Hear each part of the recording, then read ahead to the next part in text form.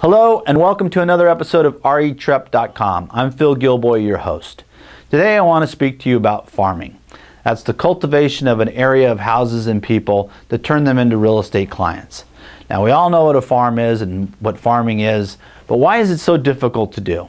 Starting a farm is easy, maintaining a farm is not. Abraham Lincoln said that if he had 6 hours to cut down a tree, he'd spend the first 4 sharpening his axe. Preparation is the key. So I'm going to take you from start to finish on an effective farming campaign that is an absolute no-brainer and a must for retail real estate agents. First thing you have to do is analyze your farm area. You have to make sure that there are enough people moving in the selected area so that there are prospects for you to work with so you can earn enough commissions. Secondly, you want to make sure that no other real estate agent is dominating the farm area. And by that I mean no more than 15% market share. Now if there is such an person in the area, it's okay, but it's going to take more time and money to break into that area. You need about 4% turnover rate in that area to make it viable. So, how do you do this? You go into the MLS and research by assessor's parcel number and get the results. Now I'm going to suggest a slightly different method of mailing rather than the APN, but this will give you an idea if your area is viable. Let me take you over here to a chart and I'm going to show you what I'm talking about. This is a map of Westchester, California, which is a neighborhood in Los Angeles where we sell real estate. And what we've done is we've taken all of the assessor's parcel numbers and color coded them. This one right here is assessor's parcel number 4108. And in 4108 are 726 homes. So we went into the MLS, and this is the end of November, so there have already been 11 closed months. We know that there are 28 houses that have closed escrow already and 8 in escrow. So we're going to finish the year with about 36 of these 726 homes closing escrow. That's actually 4.95%. So it's above that threshold of 4% or maybe 3.8%, but you need that kind of turnover to make sure that there's going to be enough commissions. We also analyzed it, and of those 36 homes that are going to be closing, only 14 of them were listed by people who's what we call big name real estate agents. You would recognize their name. So that means that 22 of those homes are sort of up for grabs. They're listed by people who are going to list one and not another.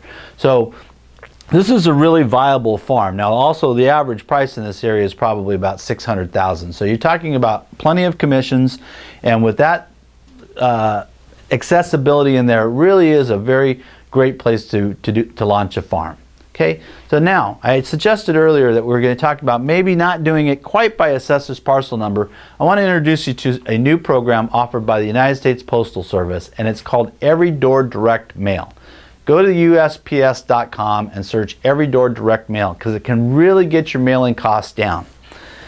You'll notice here that this map down here is done by carrier routes of the United States Postal Service. So this is one carrier route and this is another one. And while it didn't quite get this entire assessor's parcel number, it really got most of it. Now what this will do for you is you can mail a bigger postcard with more information on it, and it's only 14.5 cents to get it mailed. As opposed to bulk mail, which is a little more expensive, or a smaller postcard, which is about 36 cents I think now, and a big postcard, which is 46 cents. So we're really liking this new postal service, Every Door Direct Mail. So you've determined that an area is viable and that there's enough turnover in the area and that no one agent is dominating it. So what is the next step in the advancement of your mail campaign? I suggest what we call an 8-4-2. That's 8 postcards, 4 quarterly reports, and 2 special promotions. The 8 postcards can be just listed, just sold, market info, whatever suits you.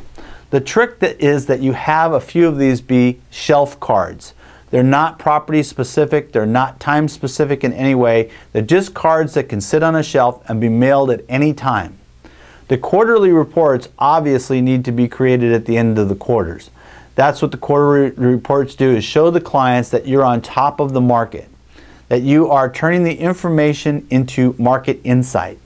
When you speak about statistics and trends, it builds confidence, and confidence leads to trust, and trust leads to clients. So the quarterly reports turn the real estate information into knowledge.